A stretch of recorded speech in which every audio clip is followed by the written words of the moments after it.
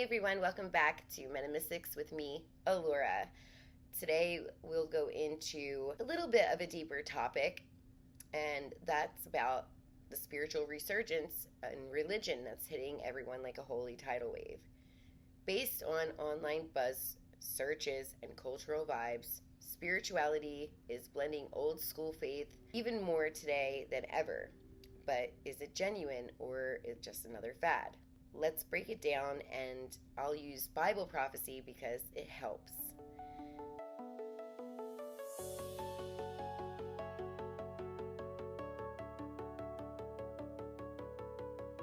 So first off, there is a massive return to traditional faith and religious practices. Bible sales are up today about 41%. Religious apps are being downloaded, and that's jumped about 79%. And Christian music streams, well, that's about a whopping 50% increase. People are diving into penance, sacrifice, reparation, and even daily rosary prayers inspired by spiritual messages. It's like everyone's suddenly remembered Sunday school or something, but with better Wi-Fi. But here's where it gets prophetic. The Bible warned in 2 Timothy chapter 3, 1 through 5, where it said, in the last days, people would be lovers of themselves, lovers of money, boastful, proud, having a form of godliness, but denying its power. Yeah, and I do see that.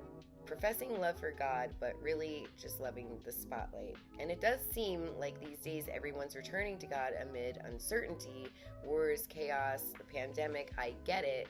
But a lot of people are flocking to faith-based religion because, let's be real, it's trending, and a lot of celebrities are the ones doing it. It's funny how people will follow spiritual trends faster than they'll chase the latest dance challenge. And I do see this a lot, especially within, people that are in the elite after Donald Trump's inauguration. But one of my students actually brought this up the other day, and I shout out to them. They're watching. They said, isn't it good though, Alura, that even if these people are doing it for trend, that maybe it will somehow lead them to God? And I do get that perspective, I really do. It's optimistic, and I always have that hope as well. It's like planting seeds and hoping that they grow, which is something I always teach my students. But while I understand that perspective perfectly well, I know where my student's coming from, I know something deeper. Most people are just going to go along with these trends and abide by these religions and show up to church and post these Bible verses, but they aren't ever going to explore more deeply. And that's going to limit their education and spirituality, which will pull them away from what's actually most important, actually having a true relationship with God.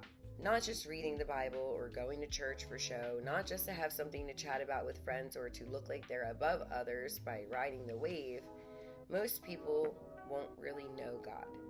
And this ties back to scripture again, where many would profess to be lovers of God, but they would really be lovers of themselves. And when he returns truly, people will scream, Lord, Lord, but he'll say, I never knew you. And that's metaphorical for something deeper. It's about being authentic in your connection over superficial trends. And it really is a trend because this new conservative religious movement has brought a lot of people into it. Now, I know that people do believe in a lot of new age ideas still, topics like karma, psychedelics for spiritual breakthroughs, and energy work are, again, kind of being pushed to mainstream. People are trying to reignite that light, but there's backlash, westernized karma mixed with Christian morals. No, it's not going to work because of the conservative movement. But manifestation, crystals, sage, tarot, it's all packaged as self-care, but no one is really ever taught more deeply what it's about, and so it conflicts with that new Christian conservatism, as well as the person not researching more deeply into truth. Now, 2025 is being called a year 9 in numerology. It's all about reflection, healing, and soul searching. Goals include, people getting fit, ditching toxicity, focusing inward. Spiritual growth tips, well, you have to follow God's plan. You have to practice gratitude, love other people, read the Bible daily, keep a positive vibe. Astrology and tarot are buzzing with themes of communication, balance, protection, and renewal. Perfect for that New Year's resolution to glow up. But doubt is also trending too. Some of the top Google searches on faith, well, is there a God? I've seen, why does God allow suffering? Is this Bible reliable? Is Jesus really God? Can I know God personally? Religious skepticism is outpacing traditional beliefs by 50% or more. And it is really tough staying spiritual in a world of memes and misinformation. Sermons this year that I've seen were focusing on seeking the kingdom, building on solid ground, not water, but that's not going to cultivate your spiritual field like a holy farmer. Awareness of spiritual abuse is rising. Signs like constant guilt, fear of questioning leaders, dependency and isolation, that's all a part of what's happening in people that are seeking traditional faith. Divine pacing means using discipline and mindfulness to grow your soul in a world of AI and automation. Psychology is also hot, mindfulness, boundaries, self-care, but amid global craziness, it's a paradox for mental and spiritual health. But hey, we're all scrolling for enlightenment while our phones drain the soul. But let's talk celebrities, because nothing screams trend like Hollywood jumping on the faith bandwagon. Take MGK, Machine Gun Kelly, who spent years rocking Luciferian vibes in his fashion and in his music.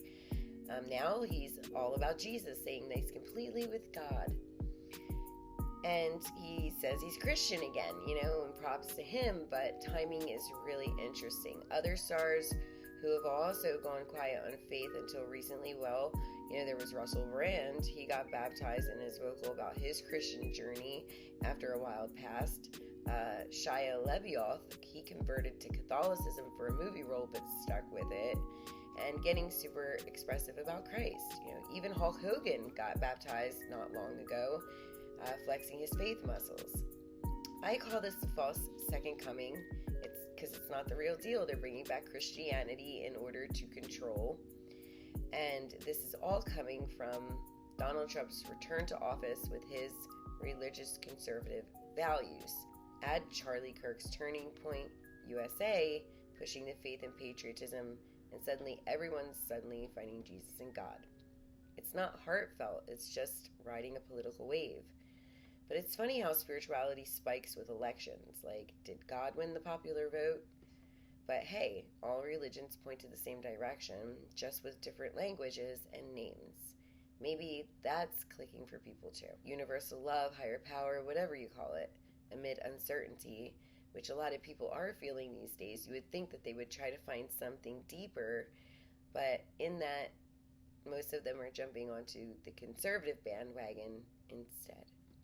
So as you explore your own belief in God, remember, God exists within and we are the temple. It's about being knowledgeable and practicing what you're taught and living what you preach. That makes your light shine brighter, and the brighter it shines, the greater God lives within you. But how does one find God in their life? Well, that's another video. I hope that you'll subscribe and hit the bell so that you don't miss it. What do you think? Is the spiritual boom real or trendy? Drop your thoughts in the comments, share your favorite spiritual practice or celeb conversion story, and if this resonated. Share with a friend who's manifesting their way through 2025 and help them find someone that can help teach them more deeply. We're going to go more deeper into many things here, and I'm so thankful to have you all. Thank you for watching. Stay blessed and stay always curious, but never surface.